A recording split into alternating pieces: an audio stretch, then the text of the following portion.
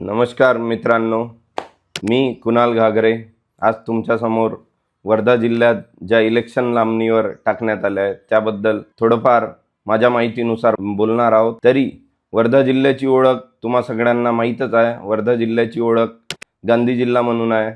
तरी हा जिल्हा शिक्षण, विकास आणि जनआंदोलनासाठी पहिलेपासून प्रसिद्ध राहिला आहे आणि इथून पुढे पण असाच राहील। पण आज जे वर्धा जिल्ह्यात इलेक्शन लांबणीवर ढकलण्यात आले आहे, मागच्या 2 ते 3 वर्षापासून इथे जिल्हा परिषद, पंचायत समिती आणि ग्रामपंचायती अडकण्यात आल्या आहे। इलेक्शन होत नाही आहे, याचे उत्तर सरकार आणि प्रशासन कसं देणार? कारण या सगळ्या गोष्टीमुळे जे नुकसान होत आहे ते सामान्य गोरगरिबाचं आणि शेतकऱ्यांचं होत आहे। जवळपास 3 वर्ष झाले लोकांना आपला लोकप्रतिनिधीच नाही आहे। ते प्रशासनाजवळ जाते, प्रशासन त्यांना ढकलून देते। प्रशासन म्हणते तुम्ही जा आपल्या गाव लेवलवर तुमचे प्रॉब्लेम सॉल्व्ह करा, पण असं होत नाही। गावात कोणी प्रतिनिधीच नाही, लोकप्रतिनिधीच नाही।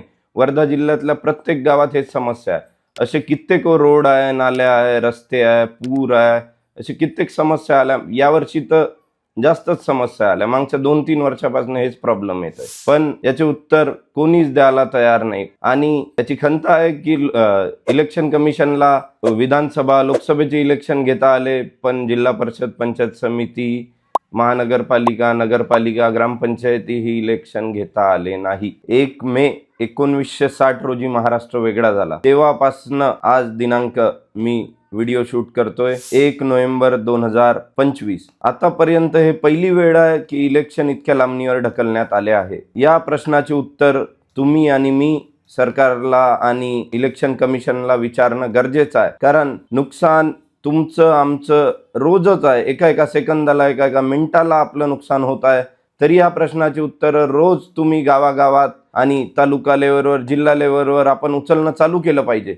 मी आज वर्धा जिल्ह्याचा नागरिक असल्यामुळे फक्त वर्धा जिल्ह्याबद्दल बोलतोय, पण हा प्रश्न फक्त वर्धा जिल्ह्याचा नसून संपूर्ण महाराष्ट्राचा प्रश्न आहे। कारण आपल्याला फक्त आणि फक्त इकडे तिकडे मुद्द्यावरून ढकलल्या जाते आणि आपण तमाशा पाहत आपल्या घरी बसलं राहतो। आज माझ्या समोरची गोष्ट आहे, कारंजा गाडगेपासनं ते इकडे काकडा, परसोडी, तरोड्यापर्यंतचा जो रोड आहे, त्या रोडवर जवळपास 50 ते 70 ऍक्सिडेंट मागच्या 6 महिन्यात झाले आहे। तर याची नुकसान भरपाई आज इलेक्शन घेऊन होईल। तो जर रोड आज पूर्णपणे बनलेला असता तर ते 50 ते 70 ऍक्सिडेंट ज्यांचे कोणाचं नुकसान झालंय ते नसतं झालं।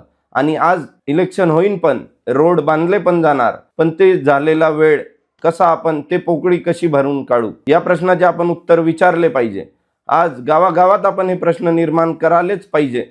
लोकप्रतिनिधी नसल्याचे नुकसान किती आहे हेच माझा सांगण्याचा प्रयत्न आहे। आज आपल्याला सरकारकडनं किंवा इलेक्शन कमिशनकडनं जे कारण सांगण्यात येते की इलेक्शन का बरं लांबणीवर ढकलण्यात आले, आणि गावातल्या जवळपास 90% लोकांना हे कारणच माहीत नसतात। 90 ते 95% लोकांना हे कारण माहीत नसतात। त्यांना सप्टेंबर 2025 पर्यंतची मुदत देण्यात आली इलेक्शन कमिशनला की इलेक्शन घेण्यात यावे, पण जे राज्याची परिस्थिती होती ते लक्षात घेता काय मिलीभगत आहे सरकार आणि इलेक्शन कमिशनची हे सरकारला आणि इलेक्शन कमिशनलाच माहीत।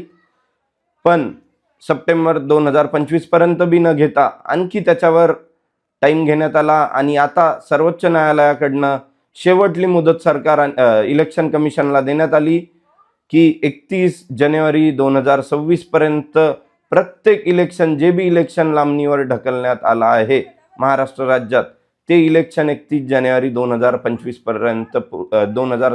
पर्यंत पूर्ण करण्यात यावे। अन्यथा जे बी आमच्याकडनं आम्ही कारवाई करण्यात येईल ते पुढची कारवाई सर्वोच्च न्यायालयाने घेईन असं बोलणं